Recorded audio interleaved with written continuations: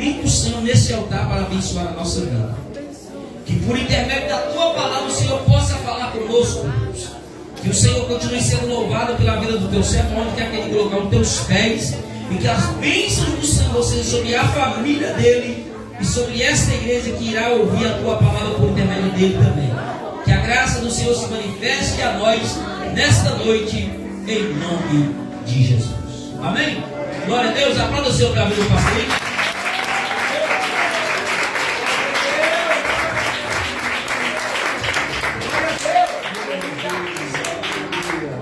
Meus irmãos, boa noite. Muita gente, pouca voz. Gente, boa noite. Recebam todos vocês a paz do Senhor. Amém? Antes de você se assentar, eu gostaria muito que você cumprimentasse pelo menos umas 2 pessoas e dissesse para ele ou para ela: que bom que você veio. Glória a Deus. Glória a Deus. Deus é bom em todo tempo. Maravilha, Deus! Veja bem, você se assentou, olhe para cá. Olhe para cá.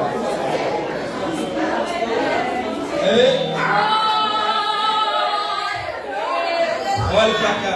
Isso. Você se assentou do lado de alguém que possivelmente pagaria a sua pizza depois do culto.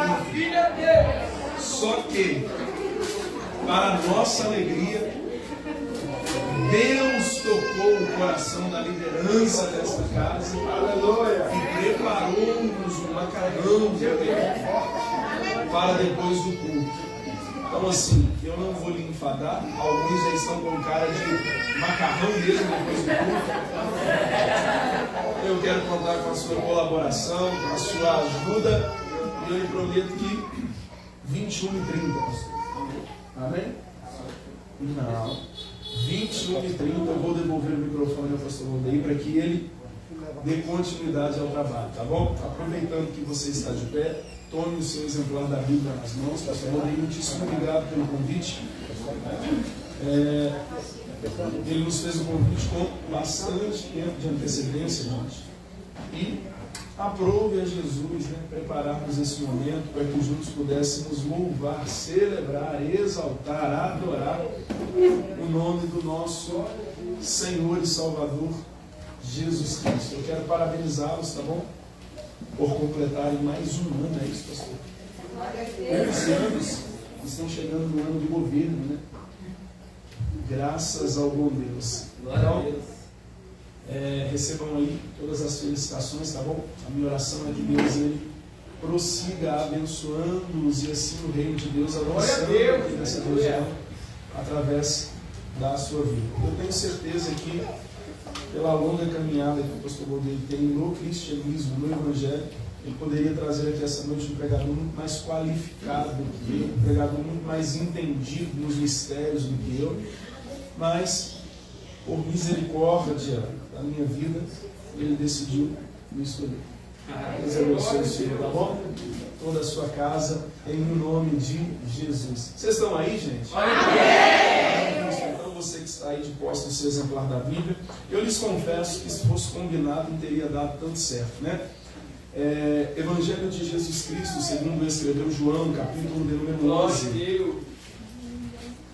Eu ia pregar, mas as irmãs já pregaram aqui no cenário, Viu como é que Marta estava atarefada aqui na frente? Capítulo de número 11, o nosso ponto de partida será o verso de número 3. Você que encontrar, com muito carinho, diga: pastor, tem fogo aqui.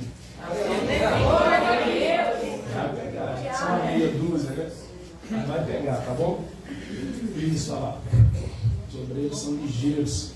Verso de número 3, minha tradução bíblica, ela diz assim: então as irmãs de Lázaro mandaram dizer a Jesus: Senhor, aquele a quem amas está doente. Ao ouvir isso, Jesus disse: essa doença não acabará em morte, é para a glória de Deus, para que o Filho de Deus, por meio dela, seja glorificado. Verso 5, Jesus amava Marta, a irmã dela, e Lázaro.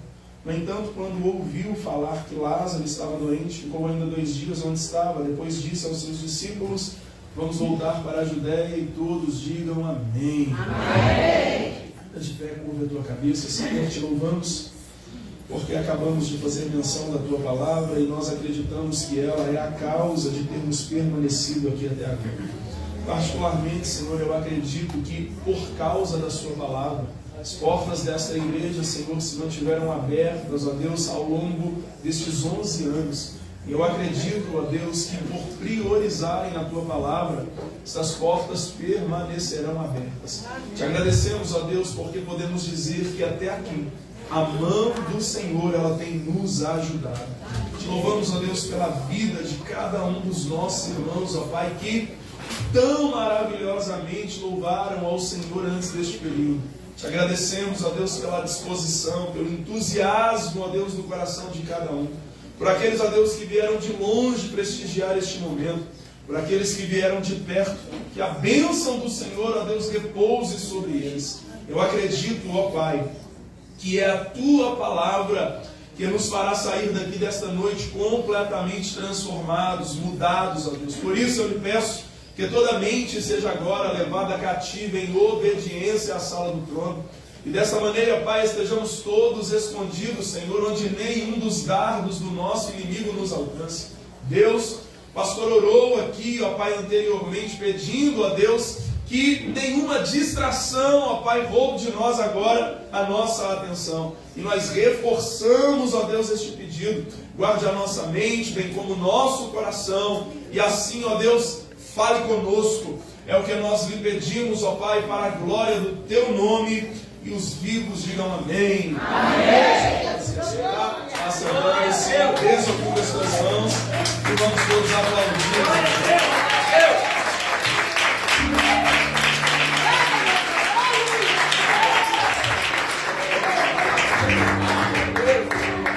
Amém, gente. Queridos, como sempre, eu tenho o hábito de comunicar aos irmãos que Deus, Ele me permitiu ter um casamento abençoado. Maiara, em razão de o nosso filho mais novo estar um pouco gripado, não foi possível que ela viesse. Quando você estiver orando, lembre-se da minha casa, da minha família. Deus, Ele nos deu duas pedras preciosas, o Asaf e o Anthony. O Anthony ele está um pouquinho assim, macambuzo, palavra difícil. Então, quando você estiver orando, lembre-se da gente. Não ensina amém, não? Amém. Amém ou amém? Amém. Queridos, este texto que eu acredito não ser necessário criar um pano de fundo para que melhor possamos compreendê-lo. Porque, venhamos e convenhamos, é uma porção bíblica largamente conhecida pela igreja do Senhor. Prova disso é que fizemos teatro em cima deste texto, em cima deste acontecimento. Fizemos canções em cima deste sinal operado por Jesus em Betânia. Mas Deus, Ele de forma muito maravilhosa, tem me levado a meditar em textos como este, que alguns, inclusive eu, por muito tempo acreditei serem textos simples. Eu não sei se esta palavra ela cabe em alguns dos 66 livros da Bíblia, porque em nada a Bíblia pode ser configurada como sendo simples. Glória a Deus. Todos os textos eles podem em algum momento saltar ao nosso coração e então transformar-nos de uma forma sobrenatural. Só a título de informação, eu acredito que você saiba que cada um destes homens que escreveram acerca de Jesus, o escreveram a partir da sua perspectiva. Pastor, Deus abençoe isso, tá? Denilson, né? Deus lhe abençoe. Escreveram a partir da sua perspectiva. 3 dos 4 evangelistas, ou dos relatos evangelísticos, teologicamente eles receberam o título de sinóticos. E eu acredito você já ter ouvido isso diversas vezes, mas só para refrescar a sua memória, esta expressão fora dada a eles exatamente porque tanto Mateus quanto Lucas o escreveram, tomando por base a fonte que chamamos de quê? Que era o Evangelho escrito por Marcos. Há quem diga em termos matemáticos, que mais de 70% de cada um destes evangelhos tem uma cópia fiel do que fora registrado pelo evangelista Marcos. Isso se dá por uma razão. Marcos foi o primeiro a fornecer-nos um relato acerca da obra e vida do nosso Senhor e Salvador Jesus Cristo. Imagine você estarmos todos aqui dentro agora e de repente, por ironia do destino, do lado de fora do prédio ocorre um incidente. Em um futuro não muito distante, se decidirmos falar acerca do ocorrido, você precisa concordar comigo que, apesar de falarmos sobre o mesmo acontecimento, falaremos respeitando o nosso campo de visão, que cá para nós está muito limitado, com exceção dos que estão localizados na porta. Eles têm uma visão privilegiada, logo, eles falarão com uma riqueza de detalhes singular, ímpar, porque tem uma visão privilegiada do ocorrido. E é exatamente isto que se aplica a estes homens. Tanto Mateus quanto Marcos e Lucas e também João escreveram acerca do mesmo incidente, sobre a mesma pessoa, todavia de um ponto de vista diferente. Mateus, ele escreve para a comunidade judaica, e a responsabilidade que este homem tem é a de provar para aquele grupo que Jesus era o Messias aguardado. Era sobre este que todas as profecias na velha aliança falavam. Era para ele que todos os profetas apontavam. E não por acaso, Mateus enfatiza aquilo que Jesus possuía, o que Jesus tinha. E o que ele tinha? Um reino, porque era rei. Não por acaso, é no capítulo de número 1 e no verso de número 1 que Mateus une Jesus a duas das mais importantes alianças que Deus fizera com o homem no Antigo Testamento. Quais são elas? A primeira destas, a aliança feita com Abraão, a que comumente chamamos de abrâmica. E a segunda, a aliança feita com Davi, a que chamamos de davídica. Como filho de Abraão, ele é o nosso sacrifício perfeito. E como filho de Davi, rei dos reis e Senhor dos senhores. Só pelo glória a Deus, eu vou dizer, rei dos reis e Senhor. Olha para cá, sabe o que é mais interessante acerca disso? É que Mateus ele registra 3 grupos de 14 nomes que nós chamamos de genealogia, 42 no total, conforme descrito por Moisés no livro de Números, no capítulo de número 33. 42 são o número de paradas que Israel fez enquanto peregrinavam em direção à terra prometida, aquela terra de descanso, aquela terra próspera, ou seja, desde Abraão. O povo de Deus caminhou na expectativa de entrar em uma terra que lhes fornecesse segurança e descanso, e não encontraram até a chegada de Cristo, porque Ele é a nossa terra de excelência. Ele é o nosso local de descanso. Eu quero lembrá-los do que o próprio Mateus registrou, palavras de Cristo no capítulo 11, no verso 28, vinde a mim. Vinde a mim, vinde a mim, vinde a mim, ou até alguém entender, vinde a mim, vós que estáis cansados e sobrecarregados, e eu vos aliviarei, darei descanso a vossas almas, porque Ele é o nosso lugar de descanso.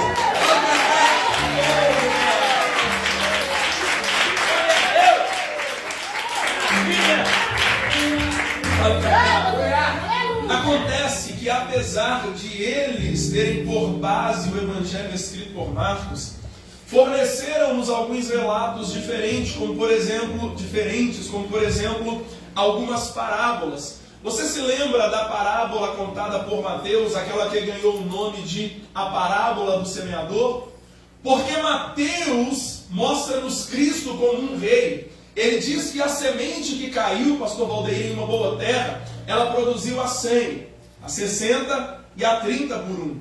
Marcos, que o descreve como sendo um servo sofredor, um homem poderoso em obras, diz sobre a mesma parábola, todavia ele diz que a boa semente, aquela que caiu em uma boa terra, ela produziu a 30, a 60 e a 100. Por que essa diferença? Porque enquanto rei, a obra que ele fez foi de cima para baixo. Enquanto homem, de baixo.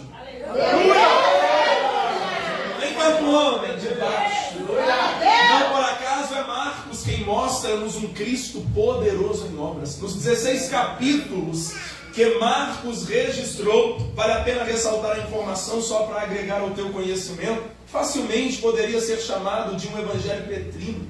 Porque o que Marcos faz é a função de um escriba. E ele então aproxima-se de Pedro, porque não foi discipulado diretamente por Cristo, mas assentando-se aos pés de Pedro, ele então registra todas as memórias de Pedro. E tudo que Pedro se lembrava era dos sinais, era dos milagres, era das maravilhas. 16 capítulos, gente, de um pequeno livro que mostra-nos Jesus, de modo muito dinâmico, libertando, restaurando, transformando, ressuscitando. Era para ter dado glória lá atrás.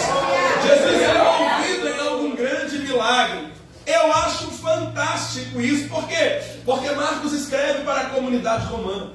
E se eu e você tivéssemos a oportunidade de evangelizarmos um romano naquele contexto, ele nos perguntaria qual era a dimensão do poder do nosso Deus. Porque na mentalidade romana, divindade estava associada a poderio. Logo, eles só creriam a partir do momento que nós evidenciássemos a grandeza do nosso Deus. Por isso é importante, você se lembra quando, a caminho de Cesareia de Filipe, Jesus ele para, vou ficar parado aqui, pastor Lodei. Jesus ele para, Jesus ele para, ele se volta para a multidão. Olha para mim, gente, olha para mim, ao vivo é assim mesmo. Jesus ele se volta para a multidão e diz assim: quem as multidões dizem que eu sou? Alguém levanta a mão e diz: Senhor, no status do WhatsApp já disseram que o Senhor é Elias. Alguém vai dizer: não, você está atrasado. Nos stories do Instagram, alguém já postou que o Senhor é João Batista que ressuscitou dos mortos. Você vai dizer: não,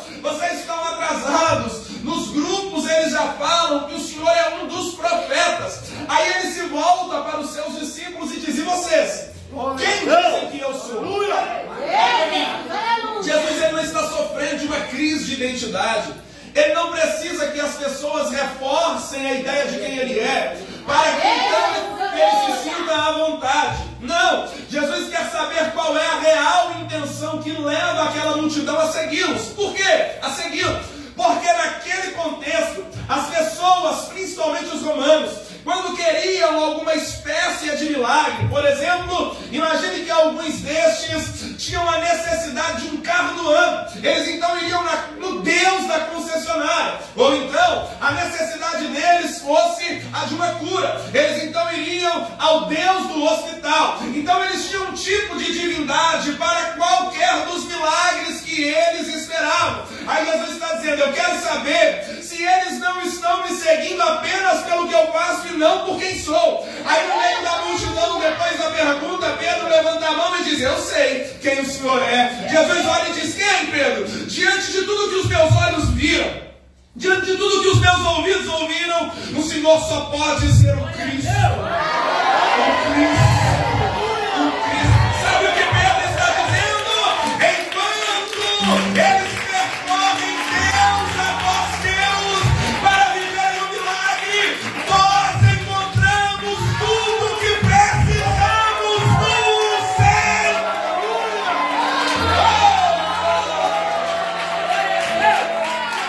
Aleluia! Eu soltando, gente, daqui a pouco eu vou dar uns terra, olha pra cá. Lucas, olha que coisa maravilhosa.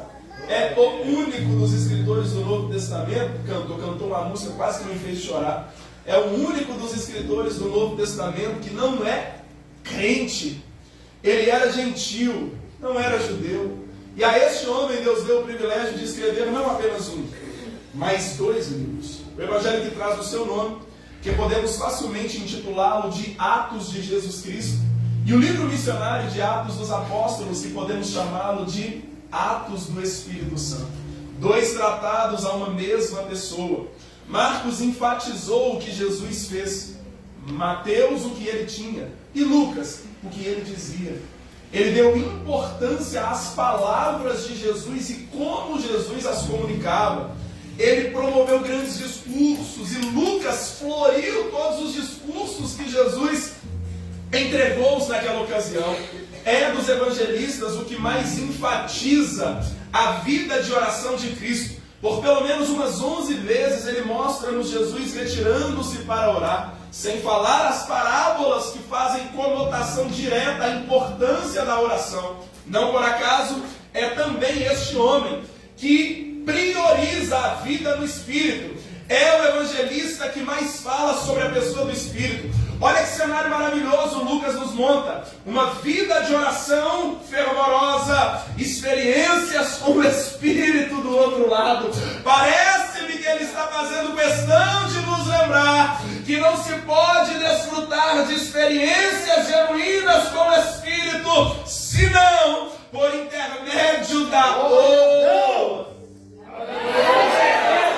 Olha para cá, João, por fim, tal qual os outros evangelistas e também livros do Novo Testamento, ele tem uma ideia em mente quando decide falar-nos acerca de Cristo. Diferente de Mateus, Marcos e Lucas, João enfatiza aquilo que Cristo era. E o que ele era? Deus. Vamos lá, gente, o que ele era? Deus. Então ele dá importância à divindade de Cristo.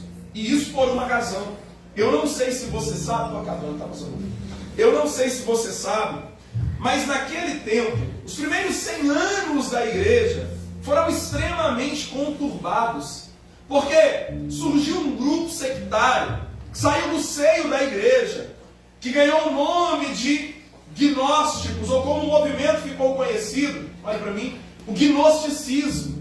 E o que eles pregavam? A ideia de que era impossível um ser tão puro quanto Deus encarnar em uma matéria tão ruim quanto esta que é a nossa carne. Porque tudo que estava associado à matéria, na concepção deste grupo, era mal, era vil, era terrível. E tudo que estava relacionado ao segundo plano, à pessoa de Deus, ao caráter de Deus, era algo bom. Então eles diziam, é impossível que ele tenha encarnado. Alguns chegavam a dizer, como era o caso do docetismo, cuja origem da palavra é doquel, por sua vez significa parecer, tomar a forma de. Eles diziam que ele se parecia de carne e osso, mas não era. Qual é o problema dessa afirmação? É que se Cristo não encarnou, ele também não nasceu. Se ele não nasceu, não se desenvolveu. Se não se desenvolveu, não sofreu. Se não sofreu, não morreu. Se não morreu, não ressuscitou. Se não ressuscitou, vai a nossa fé, conforme descrito pelo apóstolo Paulo na sua primeira carta aos Coríntios, porque o fundamento da nossa fé é a ressurreição de Cristo. Então, com o intuito de ferir o âmago desta doutrina maligna, do capítulo de número 1, e no verso de número 14, João escreve: e o verbo que outrora existia na eternidade fez-se carne, habitou entre nós, e então vimos a tua glória como a glória do unigênito, cheio de amor, cheio de graça, cheio de graça. Oh, eu vou pedir a graça de Deus aqui. Sim, diferente de Marcos, que enfatiza o que Jesus fez, João não. Ele se limita no que tange as ações miraculosas de Jesus. Não por acaso, ele registra apenas 7 milagres operados por Jesus. Quantos milagres, gente? 7. Coloca à vontade, você só fingiu que falou. Quantos milagres? 7. Quais foram eles? No capítulo de número 2, para principiar o seu ministério, ele transforma as águas em vinho. No capítulo de número 4, pelo poder da palavra, à distância, ele cura o servo de um oficial romano. No capítulo de número 5, ele vai devolver a mobilidade a um homem que por muitos anos permaneceu paralisado. No capítulo de número 6, 2 grandes milagres. Ele alimenta uma grande multidão, multiplicando pães e peixes. E um segundo, que colocaria todos os físicos do nosso tempo de cabelos em pé. Ele caminha por sobre as águas. No capítulo de número 9, ele vai abrir a visão de um cego. No capítulo de número 11, ele vai ressuscitar a Lázaro. 3 destes milagres envolvem a manipulação da matéria: água em vinho, multiplicação de pães e peixes, e ele quebra as leis da física, da gravidade, caminhando sobre as águas.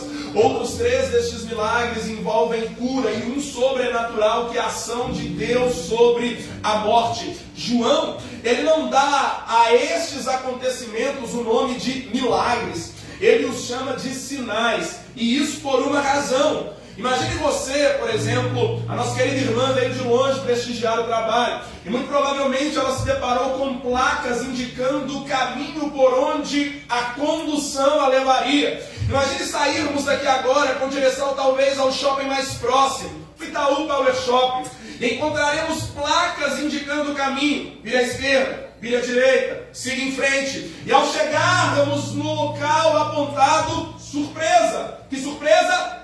O lugar para onde as placas apontam é infinitamente maior do que a placa propriamente dita. É isso que João está dizendo. Ele cura, mas não podemos reduzi-lo ao sinal operado. Ele é maior. Ele abre porta, mas não podemos reduzi-lo à porta aberta. Ele é maior. Ele ressuscita morto, mas isso é apenas um sinal que aponta para a sua grandeza.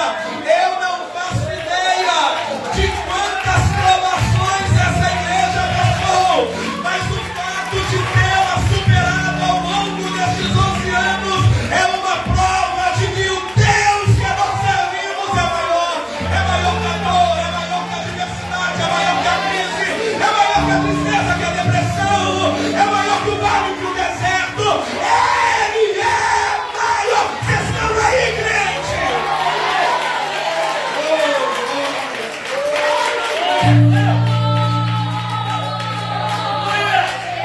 Aleluia!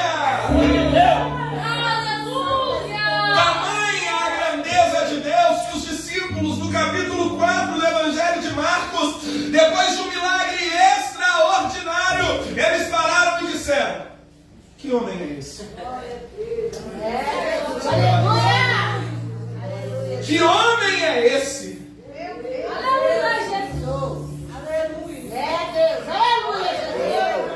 Como é Pedro quem relata para que Marcos escreva, naquele momento ele ainda não sabia. Anos depois ele podia dizer: Marcos, naquele dia eu não sabia, mas depois de toda a minha caminhada com ele, hoje eu sei. O capítulo de número 1 é aquele que fala e os demônios se submetem à tua voz. O capítulo de número 2 é o que ordena, perdoa pecados e ainda mantém poder e autoridade sobre as enfermidades. O capítulo de número 3, hostes demoníacas se submetem ao seu poder.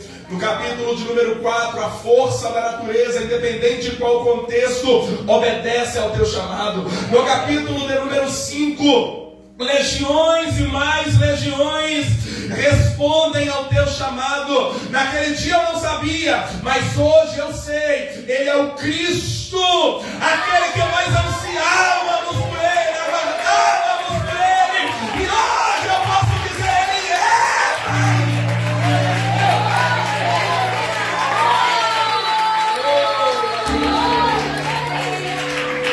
Eu não sei, gente, vocês querem parar ou pode ir?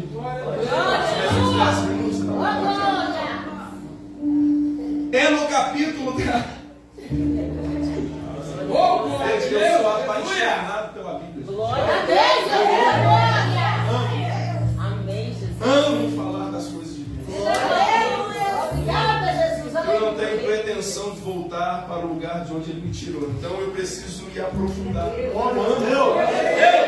Eu respeito aqueles que, pastor, não, um dia desse eu estava conversando com um cantor, não é o caso dos irmãos, mas eu conversava com um cantor e disse: pastor, eu tenho uma preguiça de gravar. Eu falei: quem você é, cara? Meu Deus, aleluia. Que nós precisamos ansiar pelas Escrituras. Glória a Deus. É no Evangelho escrito por João que Jesus, em diversas ocasiões, salta da casca e ele então revela-se como sendo quem de fato era. Em 7 vezes Jesus diz: eu sou. Relembrando-nos a maneira pela qual Deus se relacionava com Moisés. Você se lembra? Quando no capítulo de número 3, não me falha a memória, do livro de Êxodo, Deus ele comissiona, vocaciona, outorga a Moisés a autoridade para que por intermédio dele o povo de Deus fosse liberto da escravidão faraônica. Moisés então questiona a Deus: Senhor, quando lá eu chegar, eles me perguntarão quem me enviou, o que é que eu devo dizer a eles? Deus então olha Moisés e diz: Arié, Axé, Arié, diga a eles que eu sou aquilo que serei. O que Deus está dizendo a Moisés? Mais ou menos isso: Senhor, se no caminho, após termos sido liberados do Egito, tivermos fome, diga a eles, Moisés, que eu providenciarei o alimento. Se tivermos sede, eu farei com que a água seja jorre da pedra. E se sentirmos o frio da noite no deserto, eu serei a coluna a lhes aquecer. E se o sol do deserto queimar a nossa pele, eu serei a nuvem a lhes proteger. Moisés, diga a eles que eu serei aquilo que eles tiverem necessidade que eu seja. Sabe o que é mais interessante? É que das muitas facetas de Deus, uma delas se aplica a alguns de nós aqui esta noite. Já parou para pensar que alguém se assentou do seu lado, está desesperado por uma porta aberta? Outros trouxeram na bolsa o laudo que contrariava as suas expectativas e aguarda ansiosamente pela cura. Para o que está em crise financeira, a Bíblia diz que ele é o quê? Jeová Jireh. Para o que está em crise na saúde, a mesma Bíblia diz que ele é Jeová Rafá. Para o que se encontra em crise, ele é Jeová Shalom, é o Deus da paz. Para o que se encontra em guerra, Jeová Nissi é a nossa bandeira. Eu vim lembrá-los aqui esta noite de que tudo o que precisamos encontramos nele. Por a calabada suia, abre a labacoa, sai a calabada. Oi, a labassori, me calabachora, candaraia.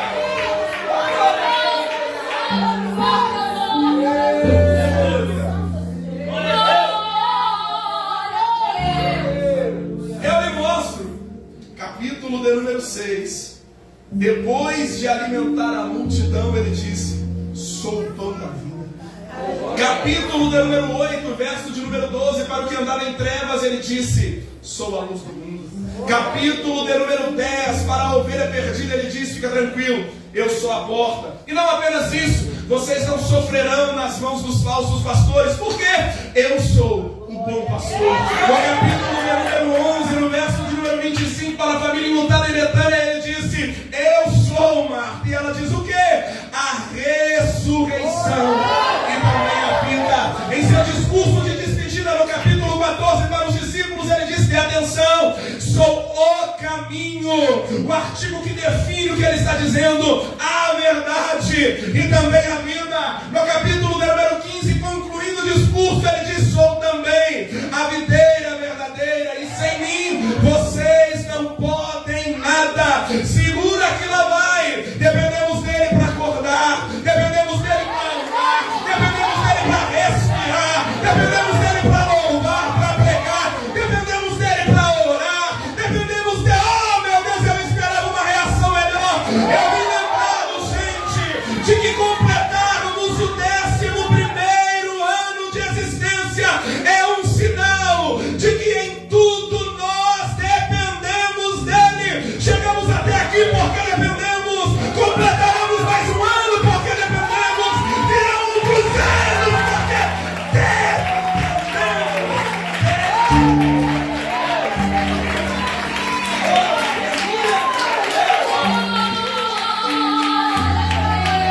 facilmente nós gastaríamos aqui um longo tempo se eu fosse lhe falar sobre todas as curiosidades. É um evangelho muito místico. Poderia receber o nome de o Evangelho das Águas. Olha que coisa maravilhosa. Capítulo de número 1. João Batista aparece pregando junto aos rios de Jordão. Capítulo de número 2. São as águas utilizadas para transformá-las em vinho. Capítulo de número 3. As águas do novo nascimento oferecidas a Nicodemos. Capítulo de número 4 são as águas oferecidas à samaritana. Capítulo de número 5 são os tanques onde o paralítico permaneceu. Capítulo de número 6 são as águas bravias do Tiberíades. Capítulo de número 7, eu amo o que está acontecendo aqui. É o contexto da festa dos tabernáculos, a maior festa em Israel. Por 7 dias os judeus traziam todas as suas ofertas a um grande altar que era erigido. E eles então, no último dia da festa, o sacerdote com um jarro de ouro pegava um pouco de água do tanque de Siloé e trazia sobre o altar e despejava água sobre o mesmo. E ele então, com um galho na mão, chacoalhava de um lado para o outro, diante do olhar atento de toda aquela multidão. A expectativa lá em cima, porque era o último dia da festa. E eles fizeram tudo para que ocorresse bem, porque eles aguardavam que Deus enviasse as chuvas para alimentar a terra. E eles então diziam: ó Deus, envia-nos água da vida, água que mata a nossa sede. Foi neste dia que Jesus parou na ponta do altar e diante do olhar de todos eles disse: vocês têm sede? E eles gritaram: é claro que eu tenho, então venham e bebam de graça. Oh meu Deus, a água que eu tenho para dar. Ele ainda disse: aquele que crê em mim, rios de águas vivas fluirão do céu. Sabe o que é melhor? Tem água jorrando sobre Aleluia! Bendito seja o nome do Senhor. Aleluia! Vocês estão aí, gente? Glória a Deus! Oh, aleluia! Aparecer que está acabando. Glória a Deus, aleluia. Obrigada, meu Deus. O Evangelho extraordinário. Deus seja Se eu fosse louvado. falar sobre os 21 capítulos deste Evangelho, e em cada um o acontecimento, nós gastaríamos aqui um longo tempo, mas olha,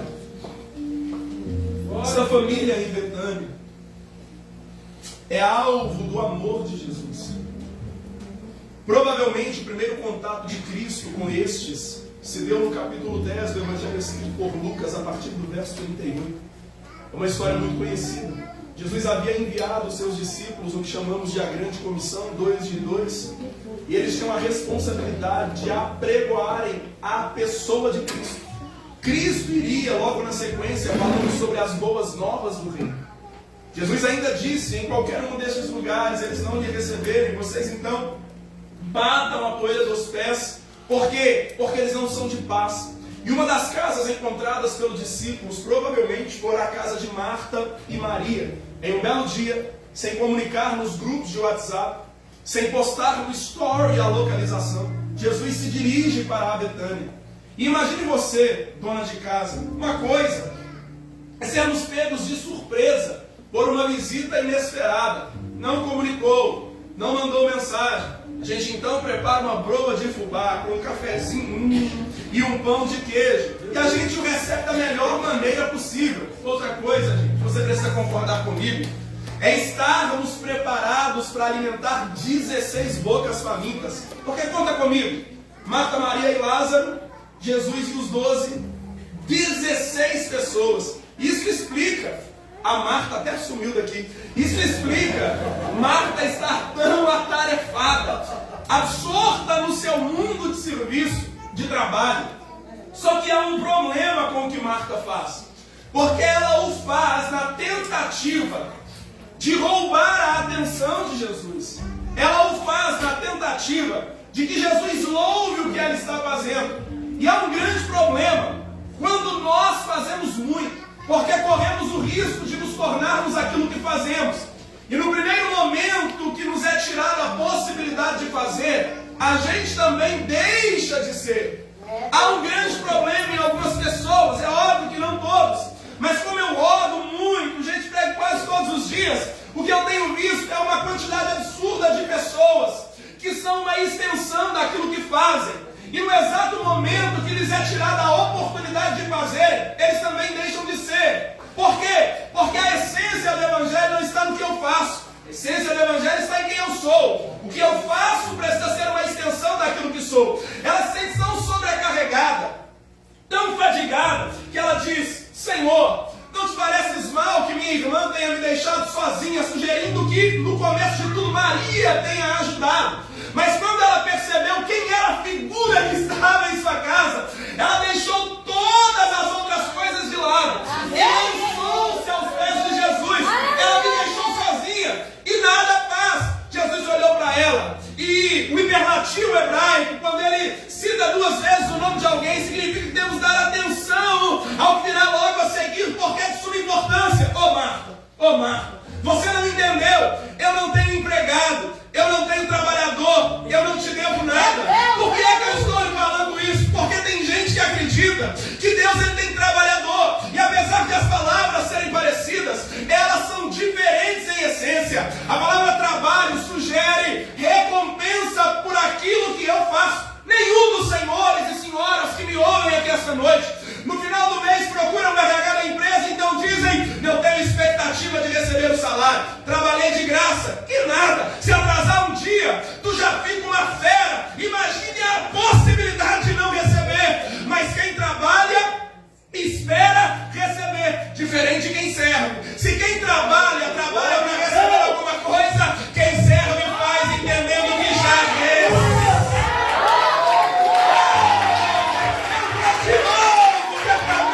Se tu joga a cadeira pro alto, Jesus nos reuniu aqui esta noite para que eu pudesse lhe dizer: Ele não tem trabalhadores, Ele não nos deve nada. O que eu e você fazemos aqui esta noite é apenas servi-lo como uma forma de agradecê-lo por aquilo que Ele fez por nós.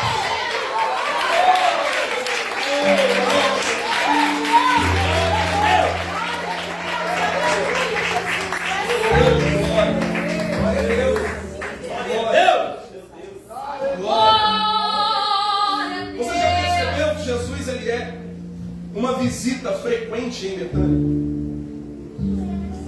Outras casas que Jesus entrou no exercício do seu ministério, ele fez o que deveria ser feito e saiu.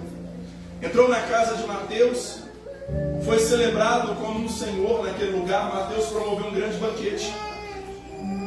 Jesus operou salvação naquele lugar e não há mais relatos de Jesus tendo voltado ali. Olha para mim, gente. Ele entra na casa de Zaqueu, a porta da salvação também se abre e ali não há mais relatos de ele voltando. Na casa de Pedro, ele faz 2 grandes milagres, cura a sua sogra, e há quem diga que por isso Pedro tenha o negado. E ele vai... Vocês estão... Meu Deus. E ele vai curar um paralítico. Você se lembra quando por 4 homens ele foi conduzido ao lugar em que Jesus estava? O texto diz que não há mais relatos de Jesus voltando àquele lugar. Olhe para mim, mas a casa de Marta e Maria há algo especial. Por quê? Porque por pelo menos umas 4 ou 5 vezes Jesus se dirige para aquele lugar. Ele passava pela capital mundial da adoração, a saber, Jerusalém, e então se dirigia para aquele lugar. 3,5 km de caminhada. Eles não tinham carros tão confortáveis como que nós temos na porta da igreja hoje, não. Era tudo na aviação chinela. Quando muito, um jumento com tração nas 4 patas, para tornar mais confortável a caminhada. Mas Jesus encontrou em Betânia tipos de pessoas com os quais ele tem prazer de se relacionar. Quer ver? Jesus encontrou Marta, que aprendeu como servi-lo. Lázaro, a quem ele podia chamar de amigo. E Maria, que era adoradora. Olha o que eu vou lhe dizer. Uma coisa é Jesus estar presente, munido do seu atributo chamado onipresença. Ele também o está neste exato momento no prostíbulo, na boca de fumo. Mas a manifestação da sua presença é só onde houver celebração pela mesma. Ele pode estar presente, mas essa presença não está manifestada. Ela só se manifesta aonde houver servos, aonde houver amigos e aonde houver adorador. Sabe o que é mais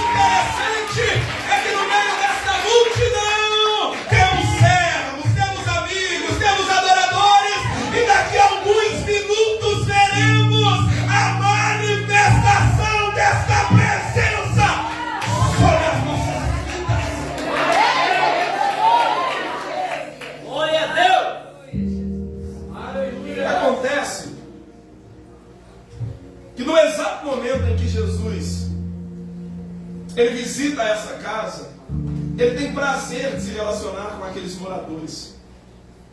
Desde então, ele é visita frequente. Acontece que, em razão da perseguição, da oposição, Jesus, no final do capítulo 10, ele vai retirar-se da Judéia e vai buscar as regiões da Pérea, próximo ao lugar onde João o Batista batizava, próximo ao Jordão. E o capítulo de número 11 começa nos falando sobre a enfermidade e a consequente morte de Lázaro. Gente, eu aprendi com o reverendo Hernandes Dias Lopes que nós não devemos ter ouvidos onde a Bíblia não tem voz. Mais do que isso, que onde a Bíblia não fala, nós também devemos nos calar. E eu tenho uma certa dificuldade com aplicações, por quê? Porque é uma linha muito tênue entre colocar no texto o que eu acredito e extrair do texto o que ele está dizendo. Mas parece-me muito estranho que Jesus tenha se ausentado de Betânia e Lázaro tenha adoecido. Parece-me que a enfermidade de Lázaro está associada à ausência da presença de Jesus. Meu Deus. Glória a Deus. Não apenas daquela casa, mas de qualquer lugar que esta presença se ausentar. Este ambiente que agora deixou de desfrutar da presença sofrerá de alguma forma. É, Jesus. Aleluia. E eu me pergunto se alguns de vocês aqui esta noite me ouvindo não estejam sofrendo em alguma área da sua vida porque não priorizaram a grandeza da presença. O problema é que alguns de nós desenvolveu uma religião dominical e acredita ser possível caminhar a semana inteira com uma porção que recebe no domingo à noite e não priorizam no dia a dia essa presença. É, Deus. Aleluia, Jesus. São amigos tal qual Lázaro, mas doentes pelo afastamento da presença. E o glória não sai. Meu Deus. Glória a Deus. Amém, Jesus. Olha pra cá, gente. Perceba. Nós precisamos colocar em prática uma recomendação bíblica. Capítulo 6 é o Beabá, é as nossas escolas bíblicas dominical. Capítulo 6, Evangelho escrito por Mateus, o verso número 33, que não me falha a memória, é o discurso encerrando o sermão do monte. Jesus dizendo assim: olha, buscai primeiro. Só que nós somos tão ansiosos e precipitados que a gente busca os acréscimos e coloca o reino e a sua justiça em segundo plano. E acontece o que a minha falecida avó falava: a gente coloca os burros na frente dos carros. Ou os bois.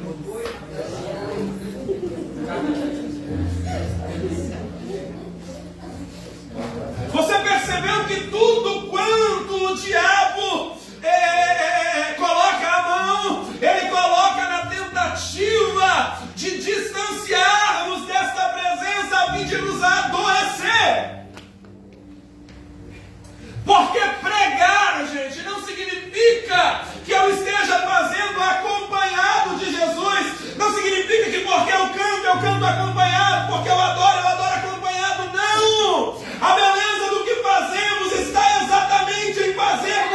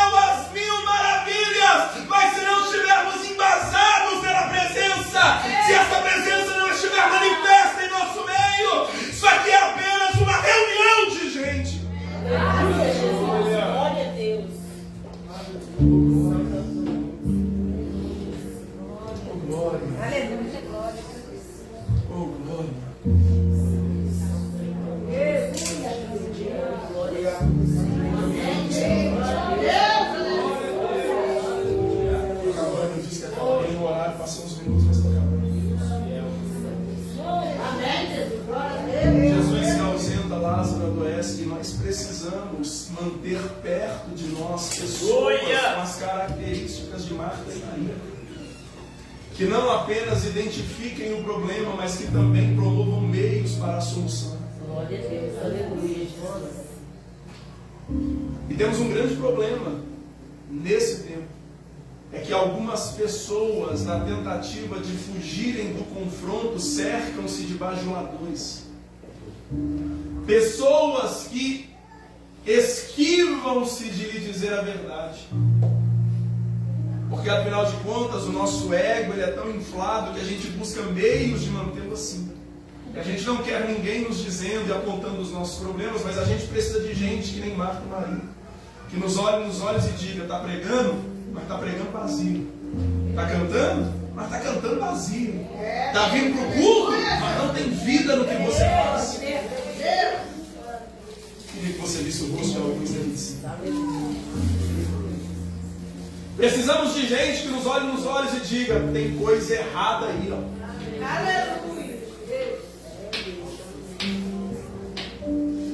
Faz assim agora. Aleluia! Tudo o que o diabo mais deseja é distanciar-nos de gente assim. Porque ele sabe que se obtiver êxito nesta missão, mais da metade do caminho ou da batalha ele já venceu. Eu costumo dizer que existem pessoas que são fonte, são chaves na nossa vida.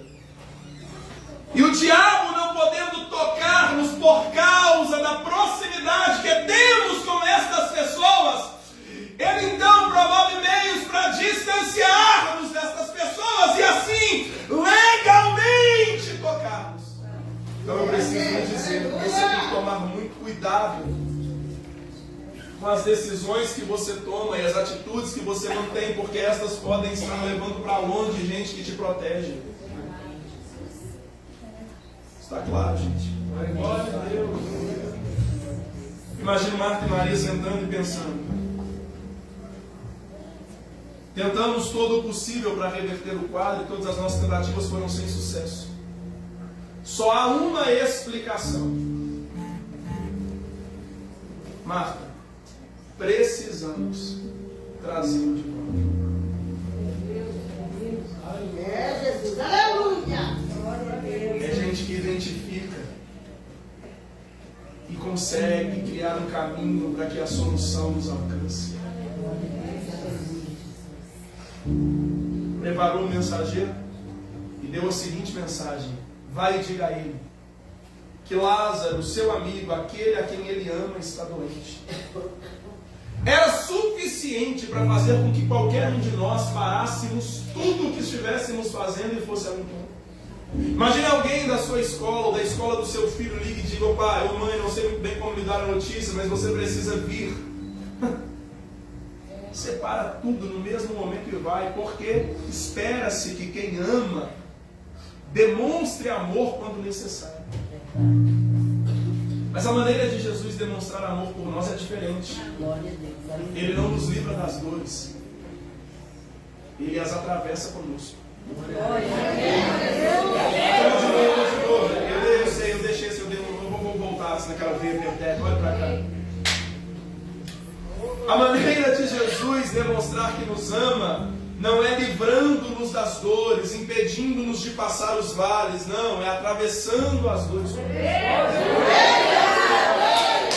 Olha para mim, de todos os versículos bíblicos, se você me perguntasse: pastor, qual é o que você é mais apaixonado com ele? Sem titubear, eu lhe diria Mateus 28 e 20. É Jesus olhando para os discípulos atemorizados depois do discurso de despedida e dizendo: e eu estarei com vocês todos os dias até a consumação. Eu esperava uma reação melhor, porque talvez você entenderia que, cumprindo o que ele disse, ele está aqui essa noite. Ele permanece conosco. Oh, meu Deus do céu, eu vou melhorar isso aqui.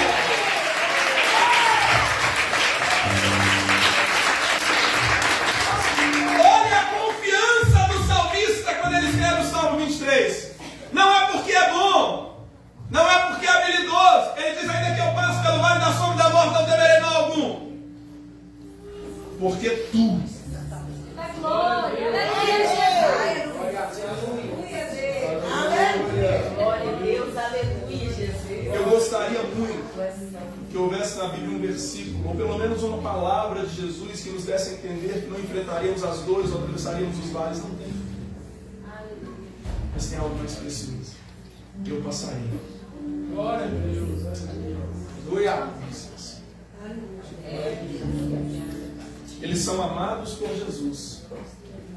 E mesmo amados por Jesus, eles ainda passam lutas. Aleluia, Jesus.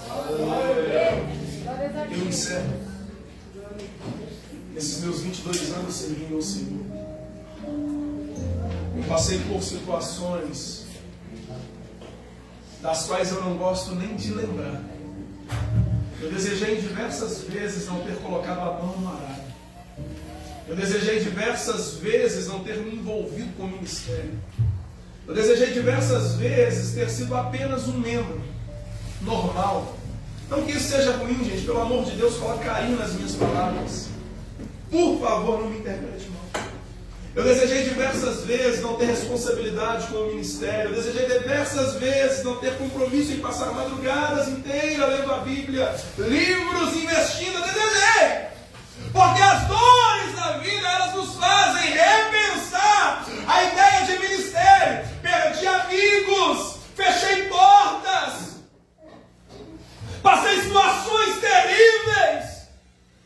Houveram momentos de eu parar e dizer: Senhor, eu queria que alguém me ligasse, eu queria receber uma mensagem, eu queria que um amigo estivesse aqui. E em muitas dessas ocasiões eu ouvia Deus me dizendo: a minha amizade não vale.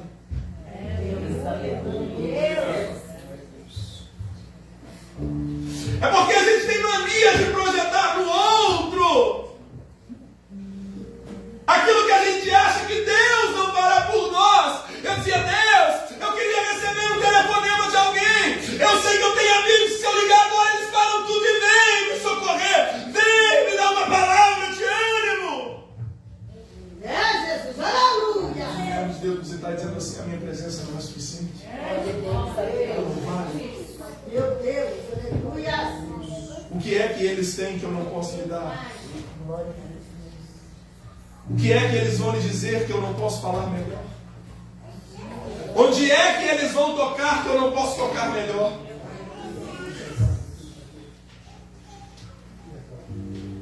Aleluia. O mensageiro encontra-se com Cristo. Senhor, mandaram-lhe dizer que Lázaro, aquele a quem o Senhor está doente, para tudo e vai. Jesus: vou nada.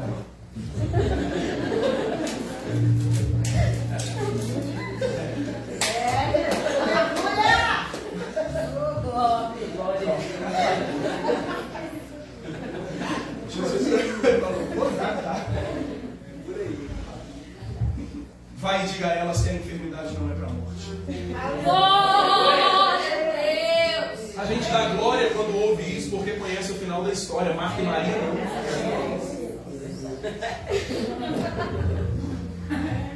O mensageiro sai.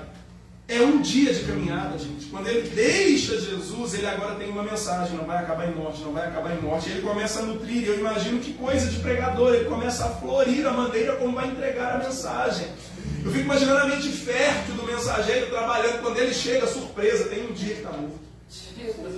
É, Jesus, aleluia. Mas olha para mim, o meu compromisso não é com a realidade do lugar. O meu compromisso é com a mensagem que ele me deu.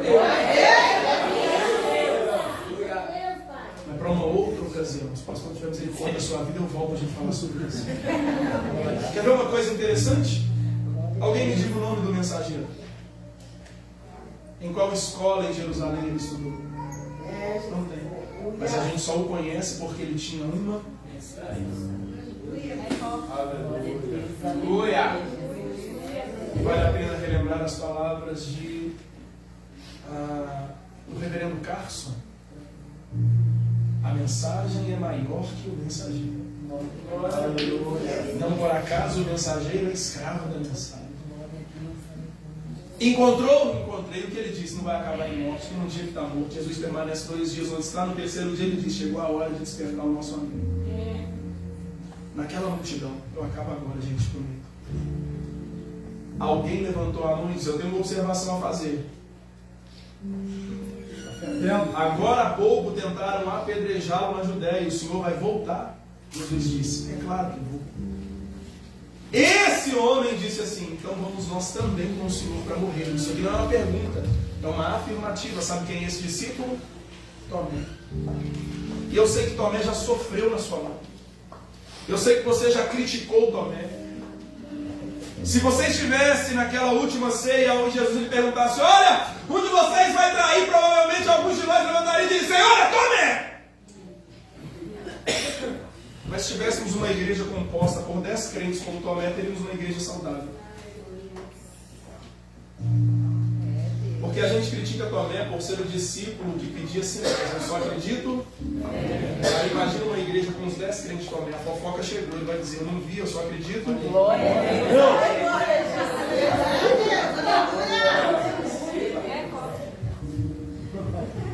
Pode falar essas coisas. Mas olha que coisa maravilhosa, pastor Denilson. Vamos nós também com ele para morrermos. Olha o que esse cara está dizendo. É melhor a morte com Cristo do que a vida sem ele.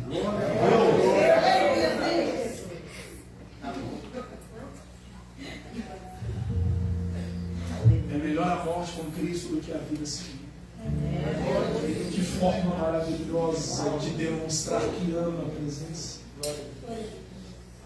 Eu me lembro de uma frase que eu ouvi há um tempo atrás. Imagine que você está diante de um tribunal e você está sendo acusado de ser crente. Haveriam provas suficientes para te condenar? Meu Deus. Glória a Deus! Aleluia! Um dia depois você chega, Marta saiu do encontro, chegou tarde. Se estivesse aqui, meu irmão não teria morrido. É uma fé imperfeita, porque ela crê a partir da presença e não a partir da distância. Ela está dizendo: olha, eu creria se o Senhor estivesse aqui. Talvez o Senhor pudesse fazer alguma coisa, mas como o Senhor não estava, chegou tarde. Jesus disse: não, ele vai ressuscitar. Eu sei naquele grande dia, quando todos ressuscitarão, os mortos ouvirão sua voz. Só que a mente dela está tão tomada pela dor, pela perda, obscurecida pelo trauma, que ela está pensando no futuro e Jesus falando do presente. Senhor, como? Aí eu imagino Jesus puxando a barriga, estufando o peito e dizendo: Omar, eu sou a ressurreição. E Maria, sua irmã, Marta foi porque quis, Maria porque é chamada. Jesus chora diante do túmulo e quando vê ela chorando, porque Jesus se lembra daqueles que choravam com ele. Olhe bem nos meus olhos, gente. Igual que eu vou lhe dizer: chorar pode salvar a sua vida. Aleluia. Alguns dias atrás eu estava orando e eu dizia: Deus, eu não me lembro qual foi a última vez que eu chorei tanto. Dizia: Deus, eu não me lembro qual foi a última vez que eu me derramei, aqueles cultos em que você chora que parece que vai se desmanchar. Os crentes hoje não andam mais com toalhinha nas mãos, porque não tem expectativa de que alguma coisa vai acontecer no culto a ponto de arrancar lágrimas nos olhos. Chora com The Chosen, mas não chora com a Bíblia aberta.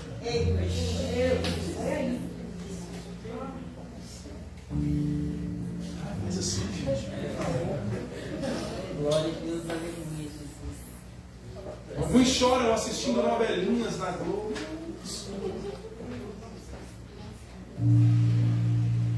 Mensagens como essa, onde a importância da presença é exaltada, não nos incomoda mais. Maria, onde vocês colocaram? Nem vê, Senhor. Diante do túmulo, Jesus deu 2 ordens e eu acabo. Vocês vão cantar, gente? Uma canção? Diante do túmulo, pode preparar. Diante do túmulo, por favor. Diante do túmulo, Jesus dá 2 ordens: tirai pedra. Vocês estão vivos, gente? Glória a Deus. Tirai. Diante de tudo que eu lhes disse, olhe para mim, eu lhes disse sobre a grandeza deste Deus. Você acha que ele tinha poder para tirar a pedra, sim ou não? Sim. Sim ou não? Sim. Por que não tira?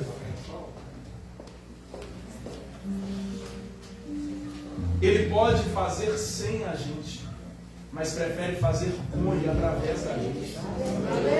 Glória a Deus. Aleluia. É a parte que nos cabe. Quando a pedra é removida, Jesus para diante do túmulo. Pastor Valdei, diante do túmulo. Lázaro, vem. A voz de Jesus não entra no túmulo, ela entra no céu.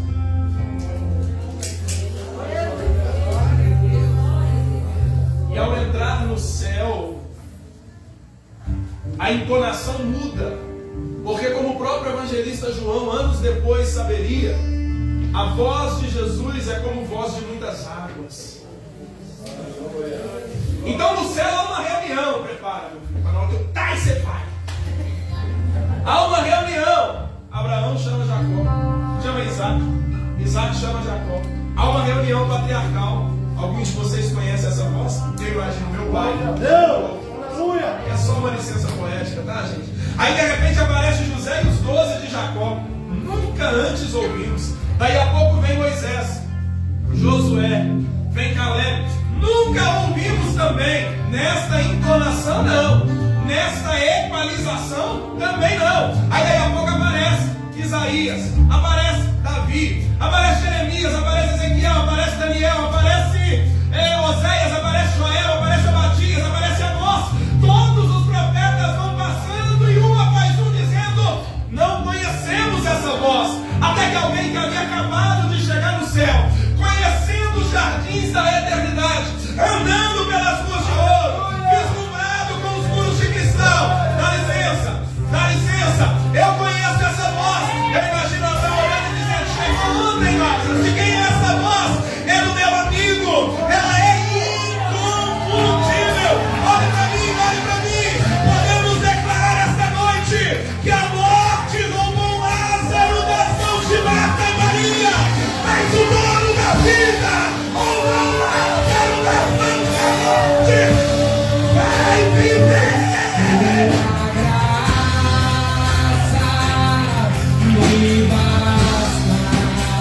Vamos de pé,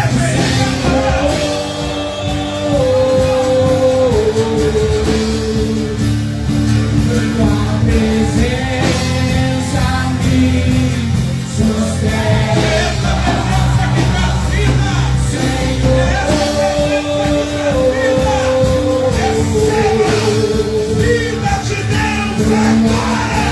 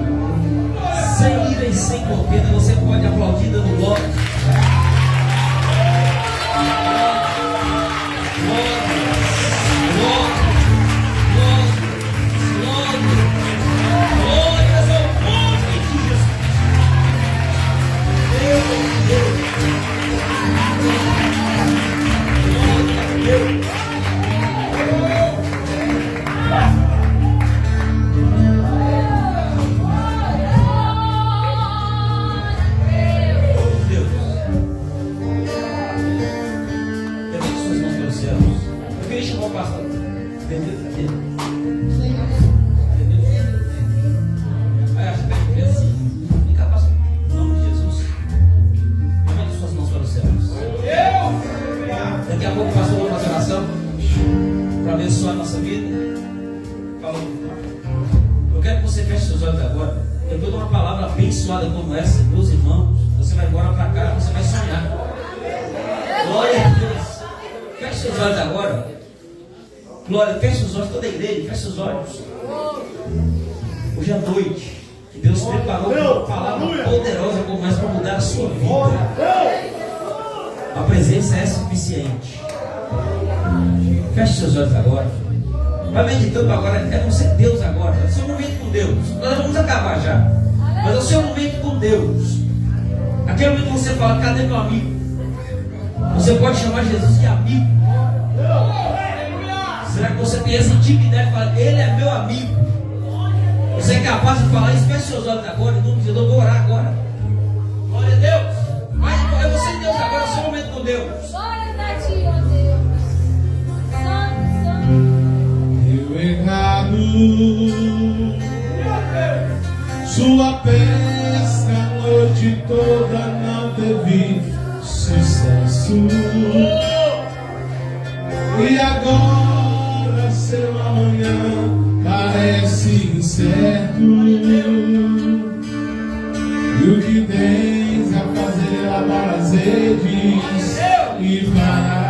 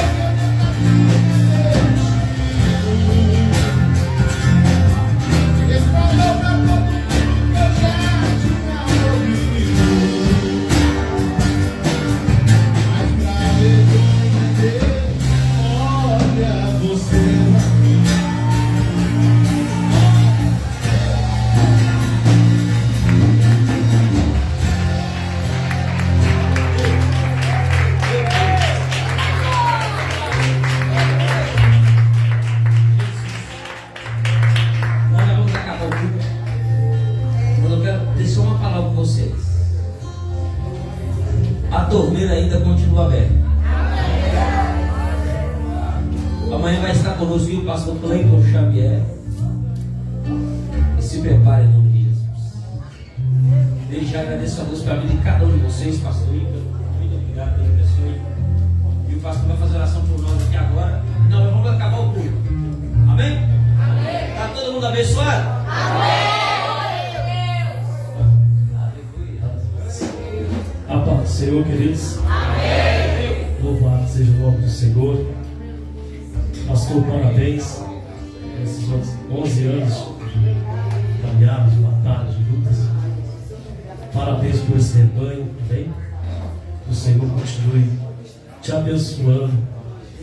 E eu tenho certeza que esse próximo ano, querido, vai ser um ano avassalador. Coisas grandes vão acontecer na sua vida, nesse rebanho, nesse ministério. Em nome de Jesus, amém? Parabéns ao pastor que trouxe essa palavra, essa carta de Deus para os nossos corações.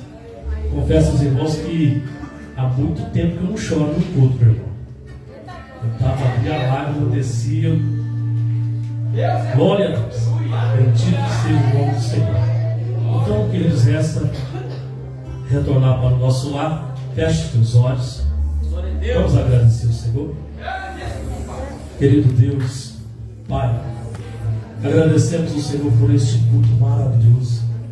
Te agradeço, ó Pai, pelas curas que o Senhor trouxe. Aleluia! Obrigado por esta palavra.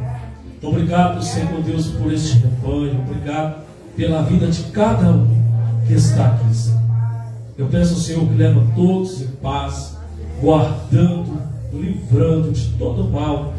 E no nome de Jesus Cristo, assim seja. Amém?